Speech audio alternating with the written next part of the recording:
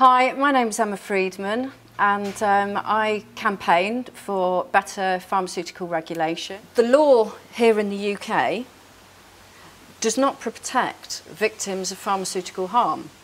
Now maybe this is something that's going to come out when we officially leave the EU, that we again would have the choice between sticking at our laws, our British laws as they are, which are regarding consumer protection. They are inadequate. Our access to justice is inadequate because of the reforms to legal aid and because of the way that the legal aid agency will assess the probability of success for a case. And my experience with the Conservatives is that they are not interested in making changes to the law, and they are not interested in making sure that victims of pharmaceutical or medical device harm get access to justice or get some kind of recompense.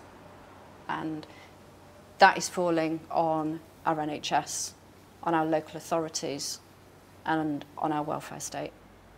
Leaving the European Medicine Agency, if we've got tight regulation, we're going to have safer products. If we've got loose regulation, we're not going to be able to guarantee the safety of those products, and we have no way of seeking recompense from the companies, and it will be the state who are paying for the NHS services, the social services, the welfare, the housing, whatever comes with disability. It will be the UK state that pays for that, rather than the pharmaceutical companies making a contribution. Now, that happens at the moment. It's happened for my son. He's been harmed by a drug I took while pregnant. I took a medication during pregnancy that has harmed my child. The medication I took was sodium valproate, Epilim. I took this medicine because I was told that there was minimal risk that something would happen to my child. I then later found out that my son's disabilities were caused by this drug. So we pursued a legal action with 160 other families.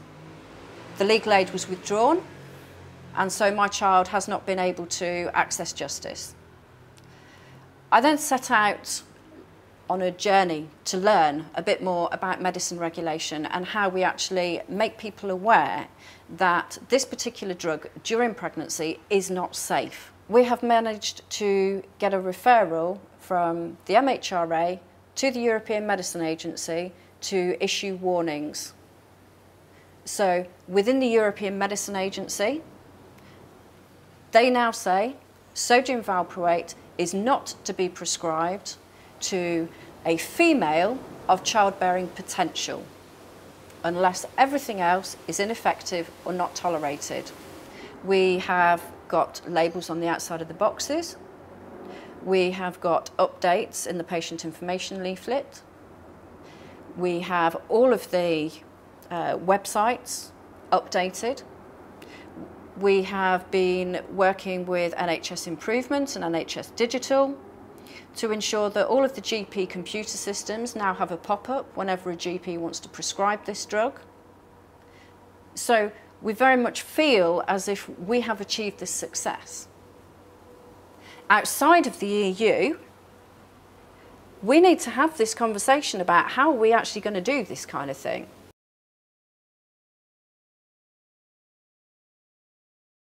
Regulation currently is dealt with in member states, and then there's European bodies. Now, in the UK, regarding pharmaceutical regulation, we have the MHRA, the Medicines and Healthcare Products Regulatory Agency, and they deal with things in the UK, but they answer to the European Medicine Agency. Brexit will affect regulation because our regulators answer to European regulators. So within the pharmaceutical industry, there is the MHRA, the Medicines and Healthcare Regulatory Agency, here in the UK, and they answer to the European Medicine Agency. Now, the European Medicine Agency is currently based in London. They use a lot of resources. A lot of our scientists, our regulators, work within the European Medicine Agency as well. We will need to set up our own regulator that has the teeth that the European Medicine Agency has.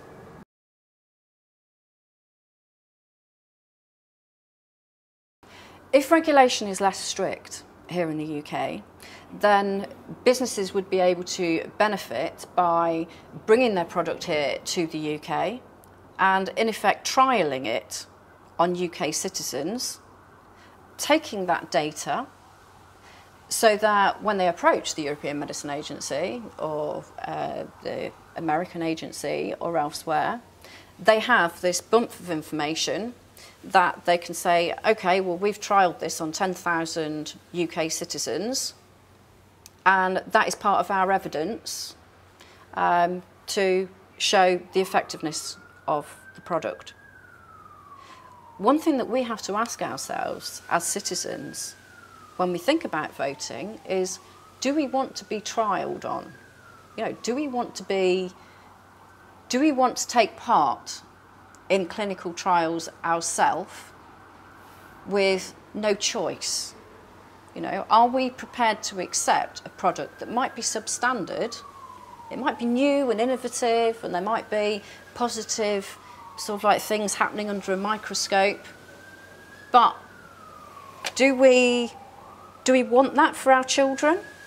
Businesses find regulation a bit of a barrier in a negative way because they want to sell something on the cheap. They want to put a minimal amount of cost into the production of it. If we have a very, very poor regulatory system where everything is done to benefit business profits, then businesses will also benefit because they will not have to put the millions into the research and the proving that the drug is safe.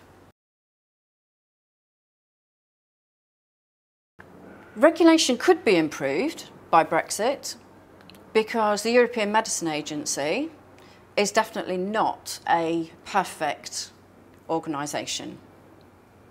There are loads of people who have a lot of criticism about the way the European Medicine Agency runs, about the revolving door from the pharmaceutical industry to the regulator and vice versa, the fact that some of their reviews don't appear to have been as thorough as they should have been, the fact that information has been excluded from reviews. We have an opportunity with Brexit in many areas of regulation, but within the pharmaceutical industry, we could invest in the MHRA, we could invest in the yellow card, which is the UK system for reporting adverse drug reactions. We could invest in the clinical practice research data link, which is data that is collected from over 480 GP surgeries across the UK that have patients that are representative of the UK population in all sort of socioeconomic, race, culture groups. If they license a product here in the UK, and we are the best regulatory agency in the world, then their product can be sold globally. As it is at the moment, a product may get a license in the States, then it will get a license in the EU, then it will get a license elsewhere. Well, if these pharma companies just come here, they design their product, they license it here in the UK, and we are seen as the best in the world, then pharma will just come and license their products here. And then they've got a clean sweep. The rest of the world will take the product on. But we have to reach that particular standard.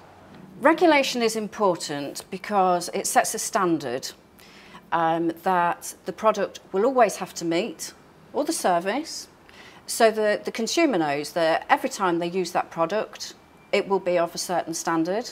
It will taste the same, smell the same, feel the same, do the same to your body. And it also looks after our safety, so patient safety or citizen safety.